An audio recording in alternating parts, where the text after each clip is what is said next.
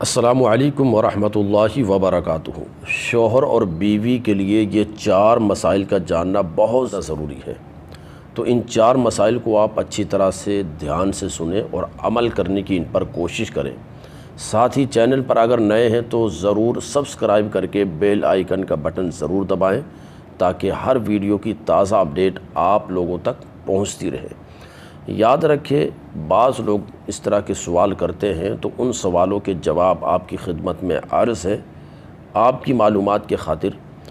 پہلا سوال یہ ہے کہ شوہر اور بیوی ہم بستری کرتے وقت کیا ایک دوسرے کی شرمگاہ کو دیکھ سکتے ہیں یا نہیں؟ تو اس مسئلے کو آپ اچھی طرح سے یاد رکھیں کہ شوہر اور بیوی کا ہم بستری کے دوران ایک دوسرے کی شرمگاہ کو دیکھنا اور چھونا یہ دونوں جائز ہے۔ دیکھنا بھی جائز ہے اور چھونا بھی جائز ہے۔ اس میں شرعاً کوئی گناہ نہیں ہے، شریعت کے اعتبار سے جائز ہے۔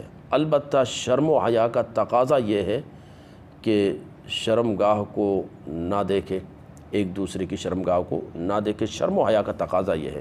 لیکن شریعت کی نظر میں اور شریعت کے اعتبار سے اگر شوہر بیوی کی شرمگاہ کو یا بیوی شوہر کی شرمگاہ کو دیکھتی ہے تو اس میں کوئی گناہ نہیں ہے۔ ہاں، بہتر یہ ہے کہ نہ دیکھیں، شرم و حیا کا تقاضا یہ ہے کہ نہ دیکھیں، کیونکہ سنن ابن ماجہ کتاب النکاح کی حدیث نمبر 1922 حضرت عائشہ صدیقہ طیبہ طاہرہ زاہدہ متقیہ محدثہ مفسرہ رضی اللہ تعالی عنہا سے روایت ہے۔ وہ فرماتی ہے کہ میں نے کبھی رسول اللہ صلی اللہ علیہ وسلم کے ستر کو نہ دیکھا۔ تو اس لیے ہمیں بھی چاہیے کہ ایک دوسرے کی شرمگاہ کو نہ دیکھے بلا ضرورت، کیونکہ اس کی وجہ سے نسیان یعنی بھولنے کی بیماری پیدا ہوتی ہے۔ دوسرا سوال یہ ہے کہ شوہر اور بیوی کا ہم بستری کے دوران بات چیت کرنا کیسا ہے؟ تو شوہر اور بیوی کا ہم بستری کے دوران بات چیت کرنے کے حوالے سے یہ بزرگوں نے لکھا کہ ہم بستری سے پہلے بات چیت کرنا اس میں کوئی گناہ نہیں ہے، ہم بستری کے بعد بات چیت کرنا اس میں بھی کوئی گناہ نہیں ہے، ہم بستری کے دوران بات چیت کرنا اس میں بھی کوئی گناہ نہیں ہے۔ البتہ بعض بزرگوں نے یہ لکھا ہے کہ ہم بستری کرتے وقت بات چیت کرنے سے اگر اولاد ہوئی تو ممکن ہے اور اندیشہ ہے کہ وہ اولاد کیا ہے، توتلی پیدا ہو، لکنت والی پیدا ہو۔ تو اس لیے ہم بستری کرتے وقت اس چیز کا ضرور دھیان رکھے کہ اس وقت بات چیت نہ کرے۔ ہم بستری سے جب فارغ ہو جائے تو بات چیت کر سکتا ہے، ہم بستری کرنے سے پہلے بات چیت کر لے، کوئی مسئلہ نہیں ہے۔ لیکن ہم بستری کرتے وقت بات چیت کرنے سے بچنا ہی بہتر ہے۔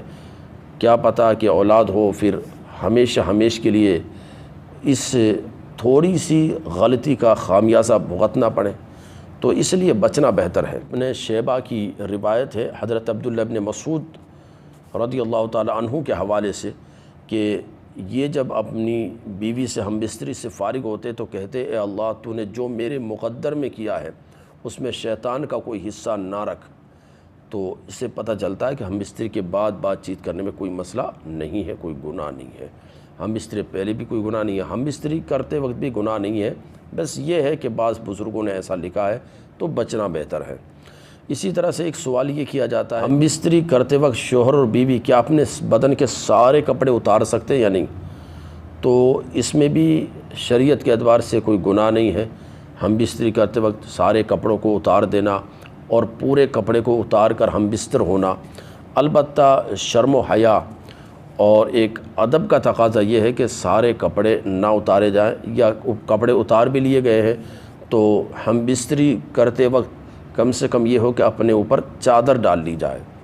یہ اس طرح سے بالکل ننگے پن ہو کر ہم بستری کرنا یہ ایک جانوروں والا عمل ہے، جانور والا کام ہے، تو اس سے بچے بہتر ہے۔